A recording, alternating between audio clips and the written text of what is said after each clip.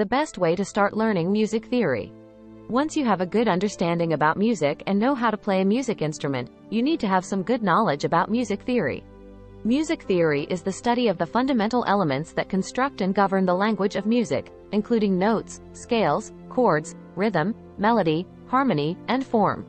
It serves as a set of rules and guidelines that musicians use to create, analyze, and interpret music. You need to understand the music theory to play and create music pieces. RCM Level 8 music theory should be a good target. Before that, you should learn about sheet music and some fundamental terms in music. This is called preparatory level for RCM music theory courses. Now, let's start. Western written music is a language that has been developing for thousands of years, and even the music we read today has been around for over 300 years.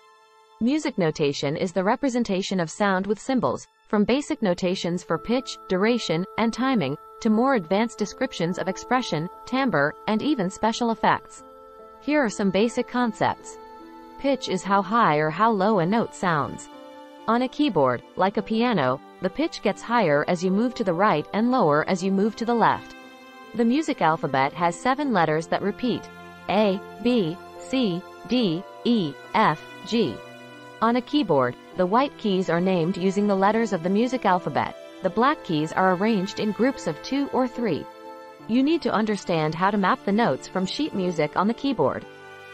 A note represents a musical sound. Get a handle on the staff. Before you are ready to start learning music, you must get a sense for the basic information that virtually everyone who reads music needs to know. The horizontal lines on a piece of music make up the staff. This is the most basic of all musical symbols and the foundation for everything that is to follow. The staff is an arrangement of 5 parallel lines, and the spaces between them. Both lines and spaces are numbered for reference purposes, and are always counted from lowest, the bottom of the staff, to highest, the top of the staff. On a staff, when notes from a line to the nearest space, or from a space to the nearest line, they move by step. Start with the treble clef. One of the first things you'll encounter when reading music is the clef. This sign, which looks like a big, fancy cursive symbol at the left end of the staff, is the legend that tells you approximately what range your instrument will play in. All instruments and voices in the higher ranges use the treble clef. The treble clef, or G clef, is derived from an ornamental Latin letter G. When notes are added to the staff in the treble clef, they will have the following values. The 5 lines, from the bottom up, represent the following notes: E, G, B, D, F, or every good boy does fine. The 4 spaces, from the bottom up, represent these notes: F, A, C, E. Understand the bass clef. The bass clef, also known as the F clef, is used for instruments in the lower registers, including the left hand of the piano, bass guitar, trombone, and so on. The name F clef derives from its origins as the Gothic letter F. The staff of the bass clef represents different notes than that of the treble clef. The 5 lines, bottom to top, represent these notes: G, B, D, F, A, or good boys don't fool around. The 4 spaces, bottom to top, represent these notes: A, C, E, G, or all cows eat grass. The grand staff combines the treble staff and the bass staff. Music for the piano is often written on the grand staff. Learn the parts of a note. Individual note symbols are a combination of up to 3 basic elements: the note head, the stem, and flags. The note head. This is an oval shape that is either open, in white, or closed, in black. At its most basic, it tells the performer what note to play on their instrument. The stem. This is the thin vertical line that is attached to the note head. When the stem is pointing up, it joins on the right side of the note head.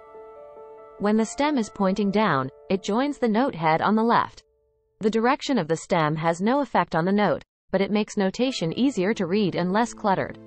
The flag. This is the curved stroke that is attached to the end of the stem. No matter if the stem is joined to the right or left of the note head, the flag is always drawn to the right of the stem, and never to the left. Taken together, the note, stem, and flag or flags show the musician the time value for any given note, as measured in beats or fractions of beats. Learning rhythm. Get in the groove. Since it incorporates meter and time, rhythm is a crucial part of how the music feels. However, whereas meter simply tells you how many beats, rhythm is how those beats are used. Imagine yourself walking. Each footstep will equal one beat. Those are represented musically by quarter notes because in much of Western music, meaning music of the Western world, not just the music of Hank Williams, there are 4 of these beats for every measure. To make notes faster in music, we add a flag. Each flag cuts the time value of the note in half. For example, an eighth note is 1/2 the value of a quarter note, and a 16th note is 1/2 the value of an eighth note. Beam up! Things can start to get a little confusing when there are a bunch of notes on the page. Your eyes start to cross, and you lose track of where you were. To group notes into smaller packages that make sense visually, we use beaming. Learn the value of ties and dots. Where a flag will cut the value of a note in half, the dot has a similar, but the opposite, function. With limited exceptions that do not come into play here, the dot is always placed to the right of the note head. When you see a dotted note, that note is increased by 1/2 the length of its original value. Take a rest. Some say music is just a series of notes, and they're half correct. Music is a series of notes and the spaces between them. Those spaces are called rests, and even in silence, they can really add motion and life to music. Half rest and whole rest are quite similar, but they are located differently on a staff. Understand time signatures. A time signature groups beats into units called measures or bars. Bar lines divide the staff into measures. On a piece of sheet music, you will see thin vertical lines crossing the staff at fairly regular intervals. These lines represent measures, or bars. The space before the first line is the first measure, the space between the first and second lines is the second measure, and so on. Measure lines don't affect how the music sounds, but they help the performer keep their place in the music. Meter can be generally thought of as the pulse or the beat of music. You feel it instinctively when you listen to dance or pop music. The boom, tiss of a stereotypical dance track is a simple example of meter. On a piece of sheet music, the beat is expressed by using a time signature written next to the first clef symbol. Like any fraction, there is a numerator and a denominator. The numerator, written in the top 2 spaces of the staff, tells you how many beats there are in one measure. The denominator tells you the note value that receives one beat. The next important concept is scale. A scale is a series of notes that move by step. Scales stepping higher are ascending scales. Scales stepping lower are descending scales. The starting note and the ending note of a scale are both called the tonic. The C major scale is the first scale we use when teaching how to read music because it's the one that uses just natural notes, the white keys on a piano. Once you have that locked into your brain cells, the rest will follow naturally. Learn a little sight singing or solfege. That may sound intimidating, but chances are, you already know it. It's the fancy way of saying do, re, mi, fa, so, la, ti. Next, we will explore the A minor scale. Major and minor scales have very different sounds. Our last concept is triad. A triad is a set of 3 notes. The 3 notes are separated by skips. A triad built on the first note of the scale is a tonic triad. In broken triads, the 3 notes are played separately.